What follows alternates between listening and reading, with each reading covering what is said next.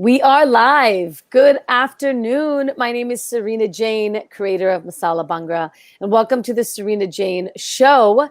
I am just having some issues here. It looks like we're having some trouble streaming to Facebook. This may be an issue on Facebook's end. Oh no, that's not good. Okay, well, that's too bad. Oh, that's too bad. Well, let's just try this again. Wait, hang on. View. Just one second. Let me just see if I can just fix this real quick. And Sarina, this is being recorded, correct? This is totally being Okay, we are live right now. Okay, cool. Because if it's being recorded That's too, so we weird. could replay it too. Yeah, but it's so weird why it's not going on. Anyway, hi guys, welcome. All right, here we go. My name is Sarina, and I'm the creator of Masala, Bhangra, and this is the Sarina Jain Show. And welcome for you guys that are all joining in with us today. I'm really excited to speak to you guys about the urgency of dance. I've been trying to do these talks with people with real lives who are making a big difference in other people's lives that have inspired me. And today we have Carol Johnson Garcia, who is one of my dearest friends who I've known in New York now for 20 years. Mm-hmm. We actually tried to calculate how many years we've known each other, 20 years. Mm-hmm. And we dance. We both love dance. We both are very energetic. We both are very happy. We're always smiling. So I knew instantly when I met Carol that we would connect right away.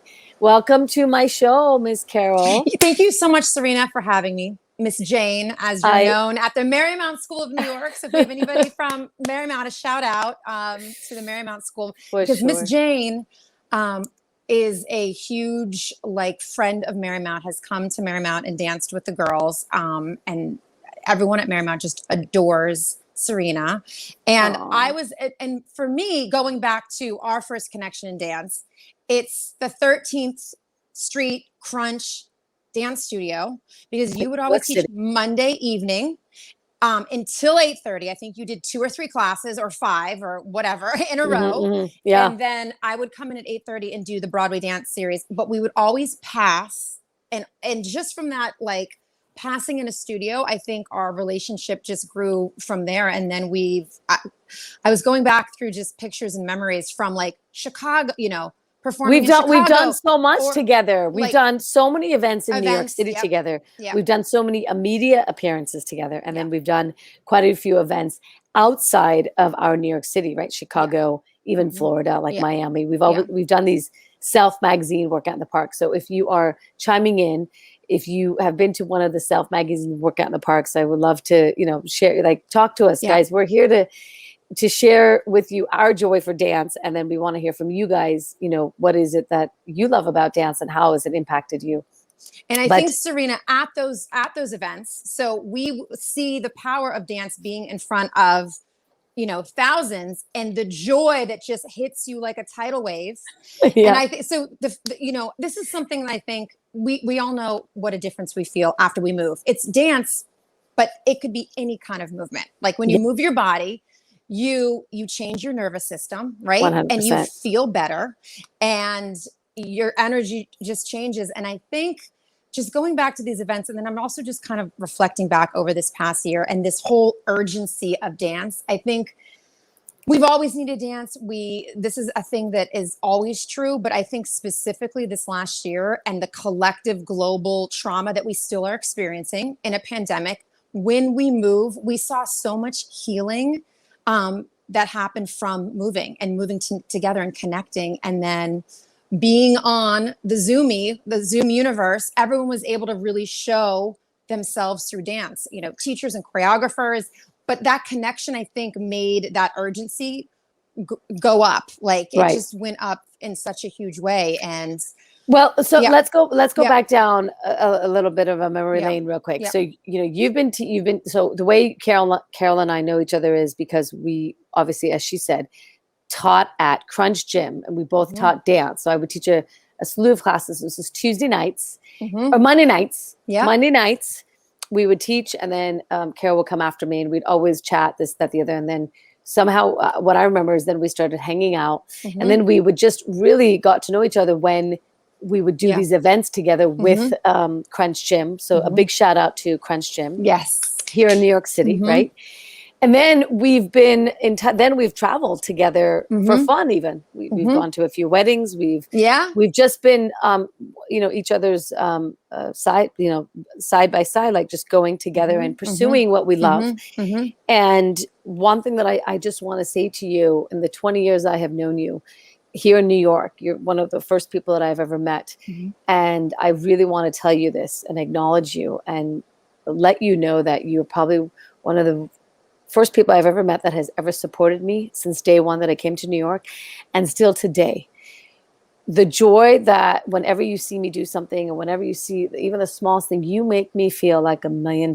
And I want you to know that your support in everything that I have done honestly has meant a lot to me. And I really want to thank you for that. Thank you, Sarina. It is when you least expect it from somebody. Yeah. Any little small thing or big thing, you are like my champion.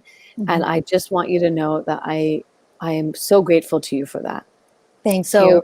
Whenever I wonder, why do I even still do what I do? Why do I even, I know I was called on this earth to do what I do, which is get everybody up and moving Indian style. But there are very few people that, when I always think, it's easy to quit, it's easy to give up, I always go back and look at those that have supported me since day one and believed in me still today. You are definitely one of them. So I just want you to know how important you are in my life. Thank you, Sarina. And your journey has been awesome. I have seen you go from, teaching dance in the fitness clubs to then teaching with kids and then teaching with adults and into the public school systems. And now today you're a dance educator. I mean, you're a dance educator at one of the most sought out schools in New York City. And you've been there for 5 years, Marymount School of New York, which is pretty amazing. Do you know that? Yeah. Do you know that? And thank you so much, Sarina. And I'm taking all this in because I'm like, when I'm thinking also just the world of New York City and the art world and the dance world, having a friendship like yours, really being that longevity, I feel the same way. And I believe in my bones that you are, right? Your message and your purpose is so crystal clear in terms of why you're doing what you're doing. And it's specifically Indian dance. And so you're living.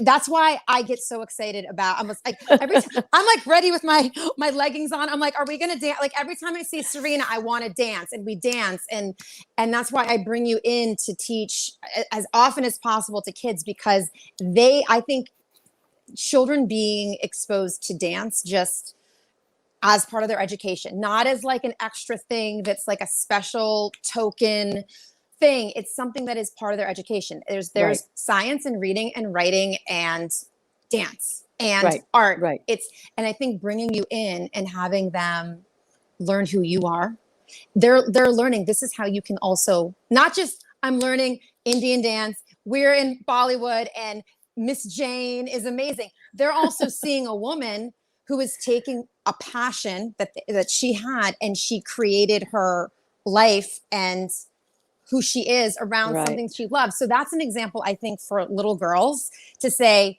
this woman took something she loved to do. Maybe I can be like, I have this little student who is obsessed with penguins.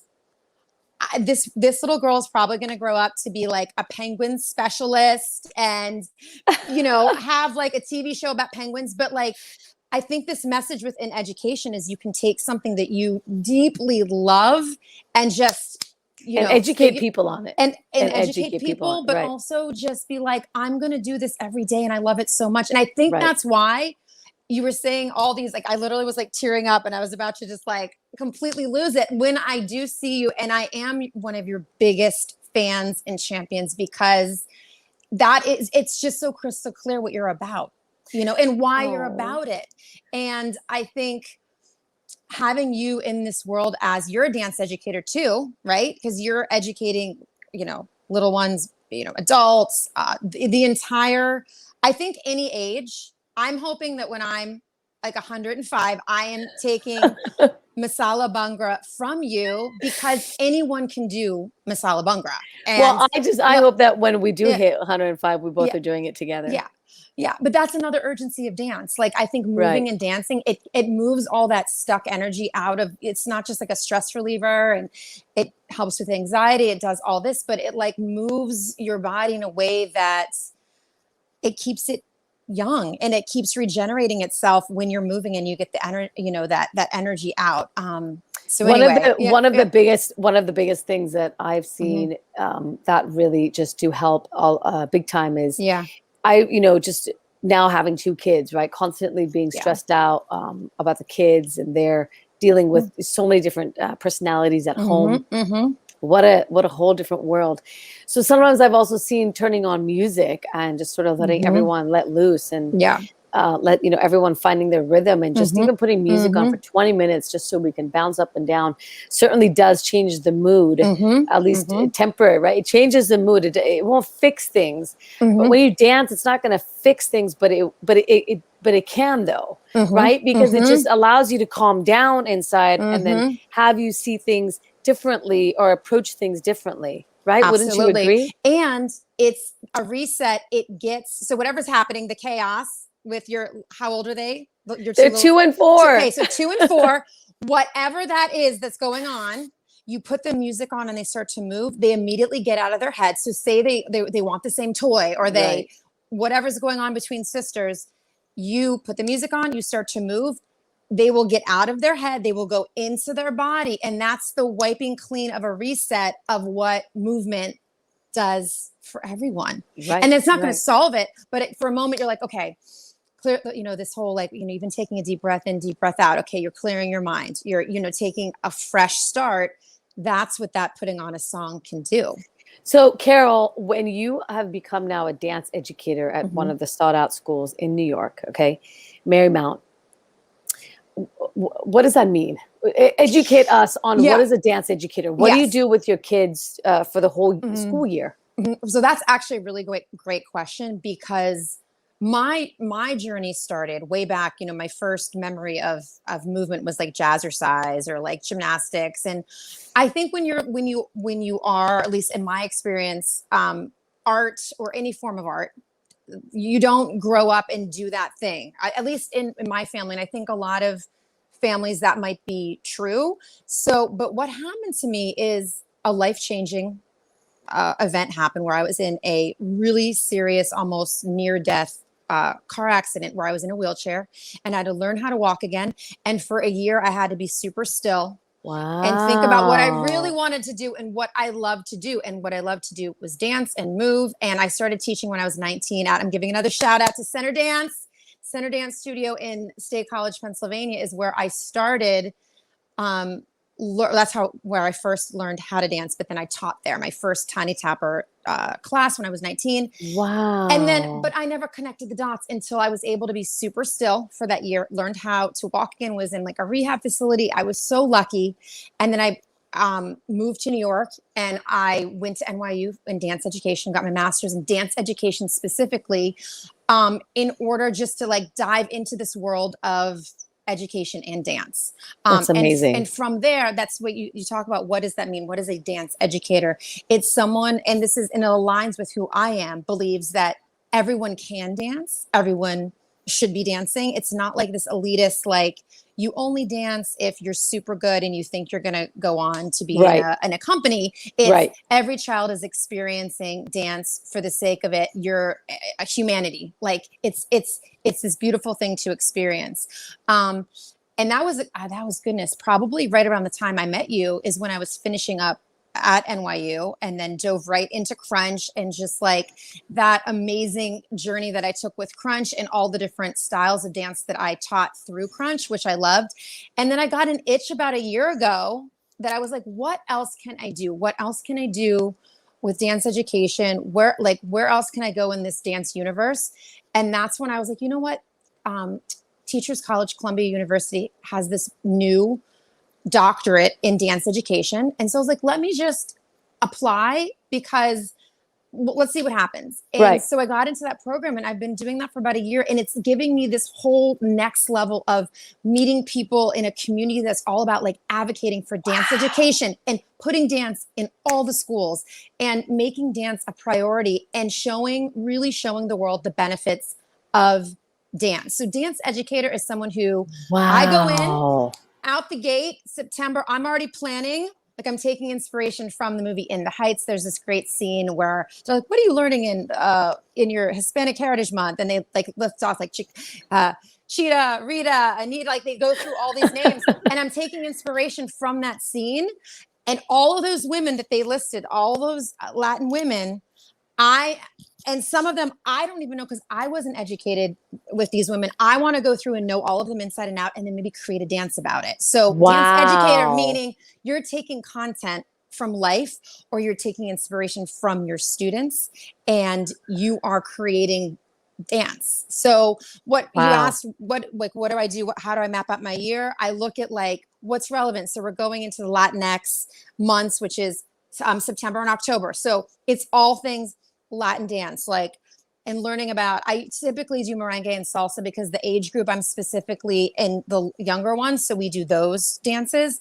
And then just really taking, and especially now I'm really unpacking what I'm teaching and how I was taught. And that's another thing I'm really taking from Columbia University and that community is really looking at and dissecting the, diversity, equity, inclusion, and access of in the world in general, but specifically also dance education. And what are we teaching and how are we teaching it? And how was I taught? And then how does that filter through my curriculum? So this past year has been a lot of just really looking at that and moving forward with just dissecting, figuring it out. I think it's awesome that you are taking your dance education to another level. Yeah. I know that dancing has truly saved me on many levels, just like you had a tragedy. I think you did share that with me. I've known you 20 years, so there's a lot that you and I have been through. Yeah. So I think you did share that with me, but thank you for reminding me. Yeah. You know what? You're very lucky that even despite the accident, you still had a will to want to get up and move. You still had that. And if I could explain to everyone, or if I could inspire you, if we could inspire you in any way, shape, or form, whoever is out there right now, dancing doesn't necessarily have to be and 5 and 6 and following lead. It could even just be putting music on and just jumping up and down and feeling the beat and just letting yourself go. But just even having that in your life is urgent. It is urgent enough, especially with what's happened this past year. I know that I created Masala Bhangra straight out of a tragedy. It was something that I had to create something to honor my father. And it's still today, it's my driving force. I know the other day someone said, okay, we've heard that story. I'm like, okay, I know you've heard my story. If you have, great. But it still is my driving force. It still, gives me that much more energy to be like, I still have a whole world to get out to and say, let's get up and dance Indian style. I got a way for you to try something new. And that's what I was just thinking also with you specifically, Sarina, and how Masala Bhangra was created, like the catalyst behind it, but then also I'm just curious the different ways that dance has even helped you heal from something. And I think of healing as not just like, okay, you're putting a Band-Aid on it. Okay, you feel better. It's like this thing that is like, it's ebbing and flowing. And I think that's why there's just such a power of dance being a therapeutic and healing tool. It is 100%. It's not like it's going to make things just like you said, this example that we were talking about before. Your little girls need to feel better about whatever's going on. That moment they're feeling better with dancing and moving. I'm just curious with you, in addition to that catalyst of how Masala Bhangra was created, what's maybe an example of how it heals me in so many ways. I could get really emotional about it. It's healed me in so many ways where, even so many ways. Where do I start? When there's been a moment where I get into an argument with my mom, and right before I'm about to go teach class, I'll go teach class, and you have all that energy. You walk into class, and I always tell everyone, all right, no matter what just happened 5 minutes ago, leave it at the door and just it's not going away. It's still there when you're going to walk out. You're going to grab it and just take it home. But for right now, just leave it at the door. So I say, whatever happened, leave it at the door and bring in just energy. Let's just dance. Let's just have a blast because you chose to be here. I chose to be here. And so then, whether it's an argument with my mom or with my husband or with my kids, or I'm feeling different about myself, there's all these things, these emotions that you go through in life. And whenever I step into teaching a class, I take my own advice. I'm like, okay, everyone is here for me. Mm-hmm. They all signed up for my class. If I can't even deliver, what can I deliver then? So Yeah. I leave my stuff at the door too. Mm-hmm. Mm-hmm. I walk in and I just teach my class, and then you just forget, right? Don't you love that feeling? And that's so real what I'm talking about. And you just forget it, mm-hmm, and then you put on the music, you teach, you do what you're good at. I found my calling years ago, so I'm doing what I'm really good at, and then that is to teach, and then let the experience of the students take you over, watching them grow and dance. And I do Indian dance, right? This is not even like, you go throughout the entire America and say, I do Bhangra, Masala Bhangra, and they're all going to be like, what? Where if I said I do jazz, everyone will understand what I'm saying. It's just like, so just to see all these students let go, I get lost in their translation. I get lost in their energy, which then has just a massive mental effect on a positive level for me. So then when I'm done with class, you just, right? You let it go. You just let it go, going, wow, look at that. And you feel better, even though that you still have to go face whatever is out there. Yeah. You just face it differently. You face it differently.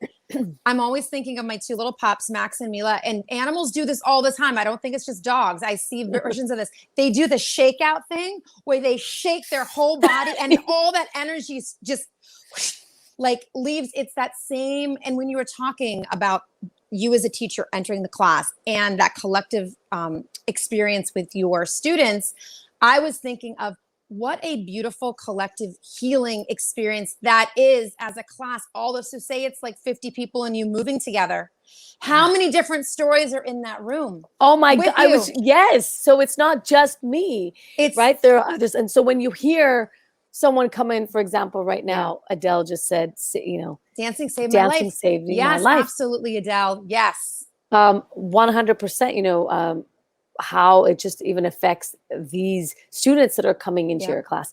One of the biggest, and I'm curious to know how you handled COVID in this last year, especially for someone who likes to move a lot, right? Yeah. Thank God I had, thank God some of my students, and big shout out to Michaela Malozzi, who's the host of Travel Bare Feet. Yeah. Thank God she pushed me to say, you got to go virtual. Keep going. We need you. She said, we need you. You have no idea. It's so true, Sarina. She's like, don't even think More about that. than I'm ever. like, I was like, Michaela, how am I going to do it with two kids? And she's like, if anyone can figure it out, you will. Yeah. I'm like, all right. And it's, I, as an entrepreneur, being creative constantly, I even need a push sometimes, right? Yeah. You need a push sometimes, right? Being a %. creator. Yeah.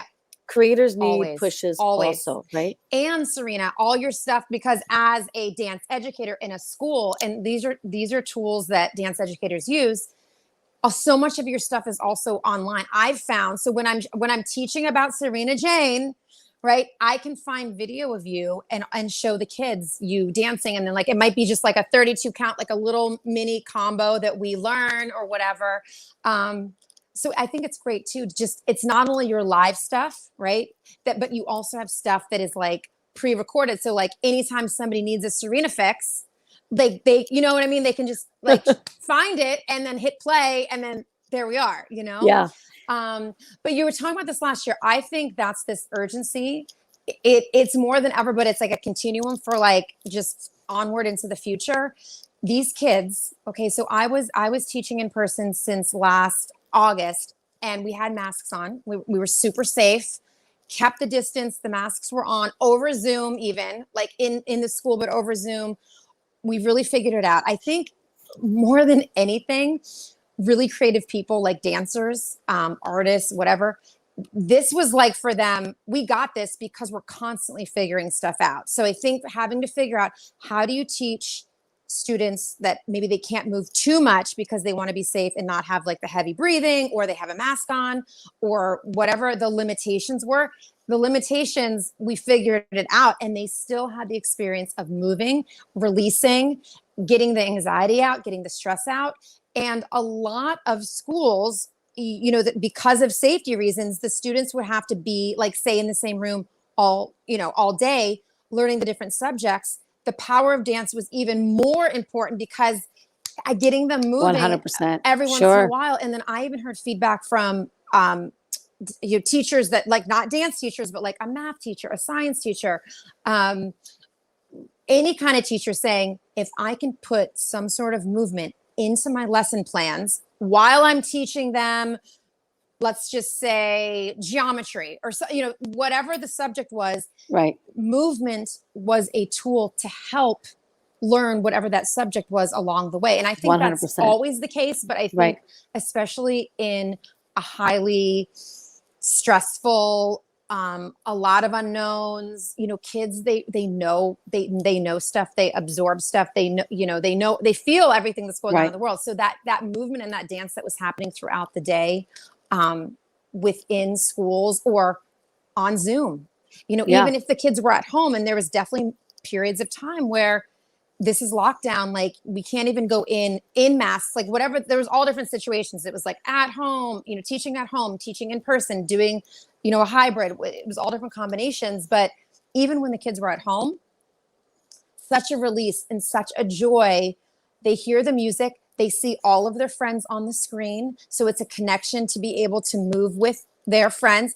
Every once in a while, you might see like somebody at home popping in the background, having fun. So it was a connection of, it was a very interesting time of being so separated, but then we had these so connected because I'm now, even right now, I'm like at home with you. So it was that connection too. Or I have my little 2 pups running around, and they would run in my dance studio, and all of my students would want to like see them, and there might be like a little dance break with the pups. So there was some sort of connection other than dance to you, right? Like a little bit more of a connection to you. And I get you. I remember a real different kind of like, wait a minute, I think Amazon might be at the door. Hold on, I gotta get I gotta get the door, or like whatever, whatever the thing is, you're in someone's home as they're trying to teach you. I know, like even now, like, so my husband is a really fun, he's a fun guy, but I'm certainly the flamboyant one, right? I'm the outspoken, energetic one. And, he once in a blue moon will pop out a move and be like, whoa, okay. Which is so fun to see. Yeah. And then when we go to a wedding or something, he'll just totally, this tall guy just totally, busts out crazy, into like, a move. I'm like, but then when he does that, so I'll be dancing with my kids, I'll put some music on, and then all of a sudden he'll start to dance. Both the girls will be like, and there's an immediate smile, an immediate connection, and an immediate bond that happens. Absolutely. More so because you see someone else letting loose. And so 2 things come up when people have asked me, but I don't know how to dance and I'm afraid to look like a fool. And I say to them, life is only so short. I mean, honestly, when people say it, I feel like I will look like a fool, or they secretly tell me, I don't want to look embarrassing. And I just tell everyone who feels that way, life is so short. What do you really care about what anyone else has to say? And why take that privilege away from you? Right? Why suppress yourself just to worry about what other people are going to say? Yeah. And why? So let's live for yourself, because at the end of the day, you're not taking anyone with you when you leave this earth. So let go. Let's dance and let go. And, I come from a conservative type of, culture, right? Generally speaking, you have your extremes. You have your very conservative aunties and uncles and and you don't go, wow, what's up? You don't do any of that. But then your audience at the time. But then you have the other side, which is like Bollywood and India's Hollywood, glitz and glamour, and that whole, and then in between.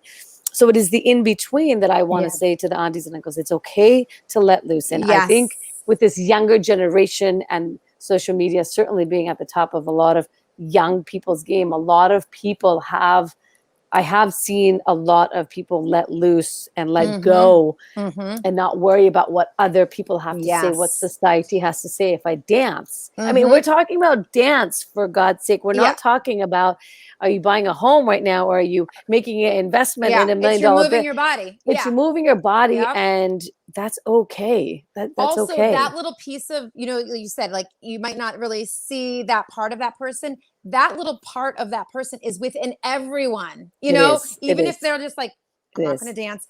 And, my version of that is actually singing. I'm really scared to sing. I feel like I cannot sing and I won't do it. But so I kind of get it when people say that about dancing, but I also really understand that when I'm tying this back to the dance educator thing. You don't necessarily learn, science to be the next person to build the spacecraft that's going to go to Jupiter or whatever that thing is. So I think it's the same. You apply that same principle of you're not dancing for just dance to dance for your own enjoyment. And I think what happens is when people are just like in their head about it, like, I can't dance, I don't want to dance, that's not me, I'm not even going to go there. I think the time spent thinking of that, once they kind of push past it, and then once they just like say, come to one of your classes, and they're like, wait, actually, that wasn't too bad. Like I think this is true with so many things. People can spend so much time thinking about something and being scared about it, and then once they just do it, they're like, wait a minute, that wasn't so bad. That actually, I actually can do that. That's one of my biggest mottos is when you come to a class, and I even tell my instructors, right, Masala Bhangra instructors, that the whole goal for someone to come to class is certainly enjoy it, make sure that they feel part of the community. That's the last thing I want you to do is for any judgment to take place. But I want it to be easy enough for the new student to come in, have them follow, right? That's the biggest thing is in a dance class when you walk in, have them be able to follow you, have them be able to understand what you are teaching, because that's a gift in itself, the art of teaching. And then when that person is able to understand and be able to then execute what you have just taught them, it may not be perfect or not, but they're able to execute what you able to teach, what you just taught them. And then that student is still smiling, still in your class, still totally rock. They haven't left. And then at the end, they're like, whoa, that was done. That's already done. And then they leave feeling high. And that whole thing of, yes, I got it. I got it. I got it. Right? Feeling successful that they were able to learn that choreography that you just taught them. And then they keep coming back for more. Because that's so important. When you throw out really hard choreography, no one's going to come back. It's all like you said in the art of teaching. It's like teaching in a way that people are really going to understand what you're doing. Also, I think this is there's so many lessons within dance, like life lessons. And one of them being, if you can't get something on the first try, don't give up. Because you know what? If you keep going, how many people are not getting something on the first try? But then they become super successful in it. I think that's an undertone too, as the teacher, that's a huge message. You're going to break something down in a way that is completely translatable, but that new person, be gentle on yourself. You might not get this on the first, second, or third try, but keep pushing past it, keep going, because then once you get past it, you're like, oh, I finally got it. No, and it feels great. You asked me what was one of the most emotional times of dance, like how has it affected me emotionally? And I will say most recently, of late, it was really hard for me to get into the whole online game, only because I had 2 kids. How was I going to do it? My mom would watch the kids usually when I go teach, at Alvanelli or at other institutions. And so I would leave and come back. And now we all are at home, and how do I figure out, teaching a class while I have 2 kids in the background? So I was miserable for 2 months when I was not teaching. I could tell my mood changed, everything about me changed, my patience. And I think this happened to everyone, but when you are accustomed to a certain lifestyle of dance, if you may, right? It's in my blood. So, and I'm not the best dancer. I just know how to teach really well. Okay. And that's one thing I need to do this year is learn just to go take up dance for myself. But I remember, I'll go with you, Sarina. I'll go. Okay. If you're going to go just take a class, I'm right there with you. Let's do it. No, we need to do that. But this has been a life-saving for me. This has been a lifesaver for me, this whole thing. Even though it's not ideal to teach on Zoom, it's not ideal to teach virtually, it has saved me. It is the one, I went from 9 classes a week to traveling around the world and teaching workshops to doing workshops here in New York City, constantly being busy down to one virtual class. Carol, do you know mentally how that can mess with you? It messed with me. But thank God for this one class virtually, which I'm still teaching today.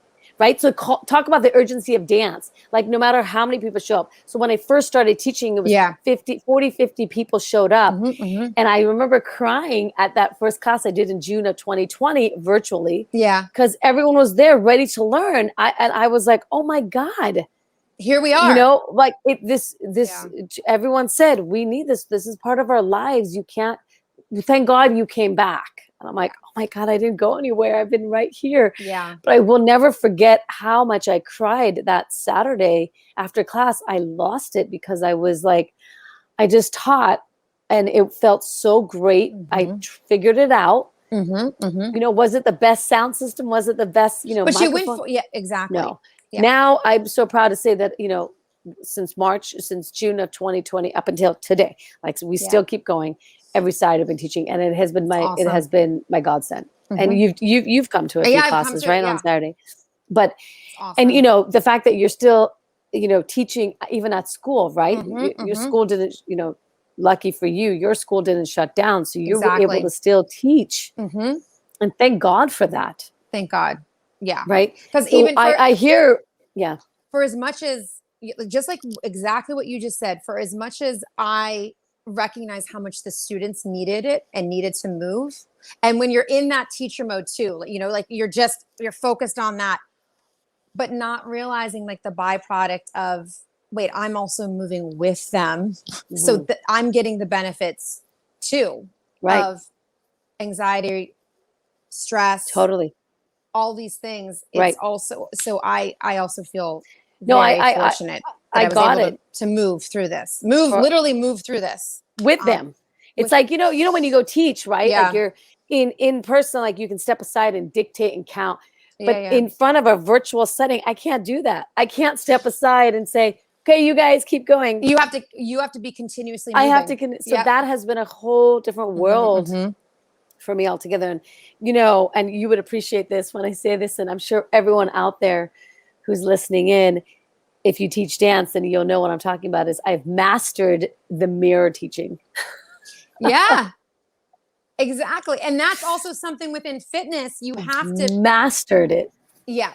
And that was one of the, thinking back to whatever it was, teaching any and everything, like not just dance, but at Crunch, I was teaching literally everything and any new thing that came along. Even like I have like this rebounder now in my own apartment because I was like, I need to bounce.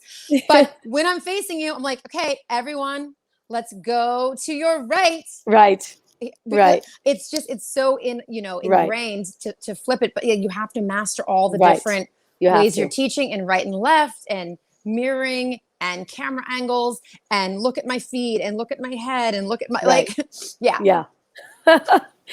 All right. So when you're done with your education now, right now you're in this program. Yeah. And so now when you graduate, when do you graduate from this program? Well, that's kind of, it's interesting. When I got my master's, it was very specific. And you're in that, and back then, this is like 20 years ago, it was also it was a different experience because you're with a group, and I was in these beautiful studios on West 4th Street, and it was a very, very specific time, near and dear to my heart. And that was like maybe 2 years, whatever. It was like, boom, I'm really giving myself time. I don't really have like, this is when it's going to happen. And the reason I'm giving myself time is because even in this past year, it's been like a roller coaster and a back and forth of really, it's allowing me to really dig deep as to what my message is in connecting dance to what is it, what exactly. And the reoccurring theme that keeps coming up for me is healing and trauma, mainly from my own experiences in life and what dance has done for me. But kind of tying those two things together, I'm giving myself time because it might ebb and flow my interests, and I don't want to rush it. So if it takes me a little bit of time, that's totally fine. And what's different present day is I'm teaching full time. When I was at NYU getting my master's, I was a teaching artist with American Ballroom Theater, teaching ballroom dance in the public schools. But it was like a teaching artist. It was a kind of a different time. And so I think I'm just balancing out full-time teaching, different projects, and getting this doctorate. But I really look at it like in such a way, like a passion project. I don't want to rush it, because I even noticed in this past year, the growth that occurred within me and being like, I don't know. Is it this that I want? Is it this? I'm not sure. It kept changing, but it's starting to really mesh into this whole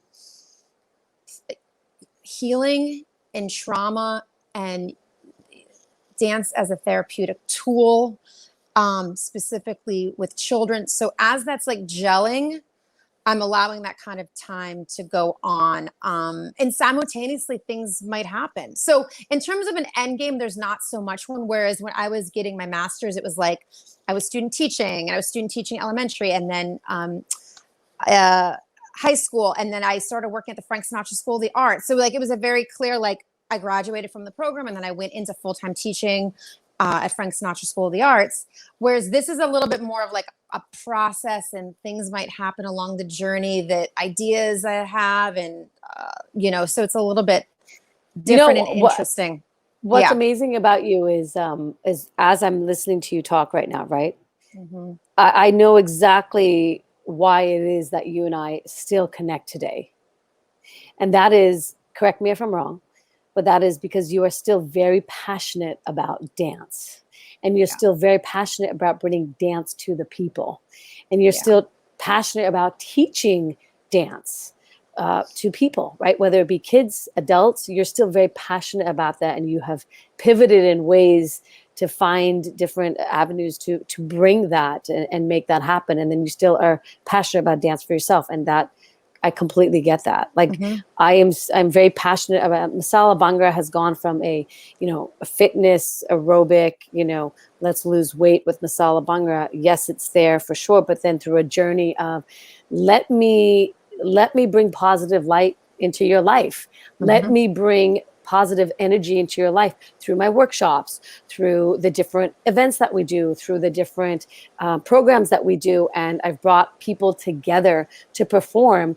So it's not just about the fitness aspect of it, but it's healed so many people along the way, including myself.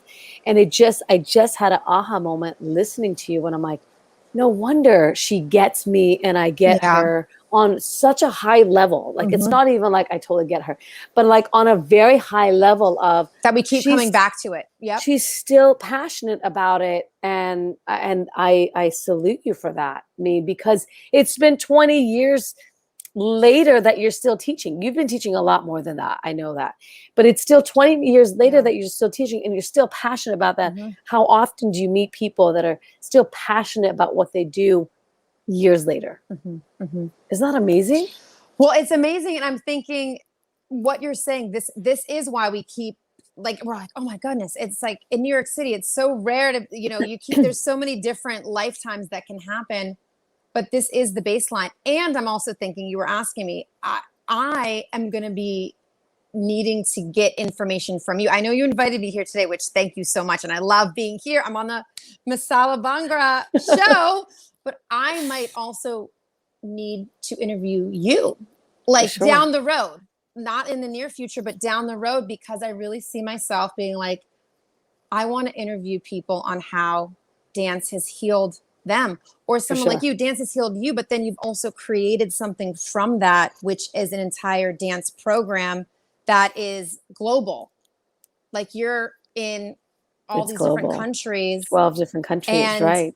Dance is being used as a healing and therapeutic tool in all these countries through your dance program. So you're having an aha moment, but I'm having an aha moment of, like, you're saying, how long is this program at Teachers College? And I'm going to need that time to unpack it for myself. But then at the same time, as you could be part of my journey in gathering information on how dance can be transformative. Dance is transformative. I'm right there with you. 100%. Right, Carol?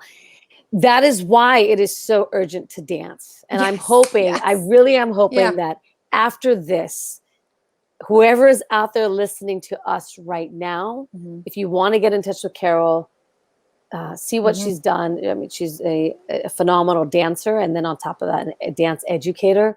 You know, she's on Instagram at Carol Mess Garcia. So it's Carol James Garcia. Sorry, Carol James Garcia.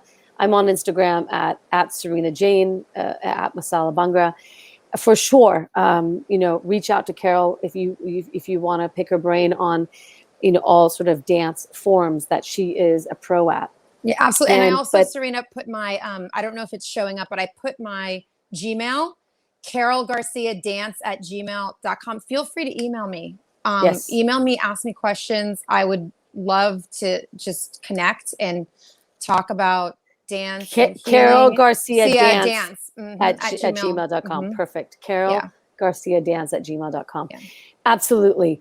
But yes, I agree with you. When yesterday, you know, these past few days, when we've been talking about dance and why it is urgent, it is because it is a form of, you can heal from it. I agree with you. You can transform from it. It's just a matter of plugging in some music and letting go. So, you know, as we wrap up this conversation, I know Carol will agree to this.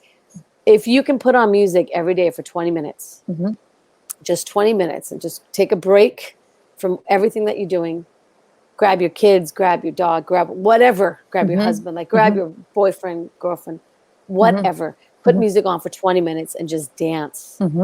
You know, dance your heart out, sweat it out, let your hair go, privacy of your own house, all of those things. You will see a transformation. So do it for 14 days straight. And you will see that it starts to become a habit. And then the mindset changes, the thinking changes. Yeah. Things change. And then and for the better. And you like the way that happens. And so then you want more of it and you keep going for it. And I would even say to take that a step further, Sarina, is to even consciously, because I think, you know, we can all get into these like bad moods or these funks, or like whatever's going on, we feel a certain way. And then I know, whether it's dancing with you or moving or whatever form of movement I'm doing, and I feel better. It's like, oh, I feel better. But I think consciously, like you were saying about the 14 days and moving and doing something and dancing, and whoever's around, join them in. But I would say, however you're feeling before you put that music on, maybe consciously, even in a journal, be like, this is how I'm feeling. And then notice the change. Notice how you feel afterwards. Absolutely. And I also will say this much too, because when you were when I just thought of this, Sarina, when you were talking about like grabbing people and like just, you know, going nuts and dancing. Dance, in addition to, there's like so many benefits, and you were saying the healing and the transformation, but also it connects people in ways that you might not even realize. I was actually just thinking back to when I did have to teach in my apartment, and neighbors that maybe I had never met or didn't talk to or whatever. I'm in the elevator. Oh my goodness, what are you doing with that song? I heard you. So it connected me to meanwhile, I'm like, oh my gosh, I'm sorry if I'm way too loud. My voice is too loud. The music is too loud. Do I sound crazy in my apartment trying to teach dance? Cause you have to be like, like, woo, crazy. Yeah. But it connected me to someone that maybe in that elevator, we wouldn't have we're just, okay, going to the laundry. We're trying to get to the store. Nobody's talking to each other, but it's like, wait, I heard you teaching, so it connect. So in addition to, I don't feel good, put the music on, you might start connecting to people. You might go to class. People have probably met their partners in dance classes, or fall in love with people in a dance class, or 100%. Met their best friends. So you are going to connect in ways that you don't even know or fathom through the experience of dance as well. So I would say this is it right here. I'm going to say it heals you, connects you, transforms you. Yes. Dance. Heal, connects, and transform. Right. HCT.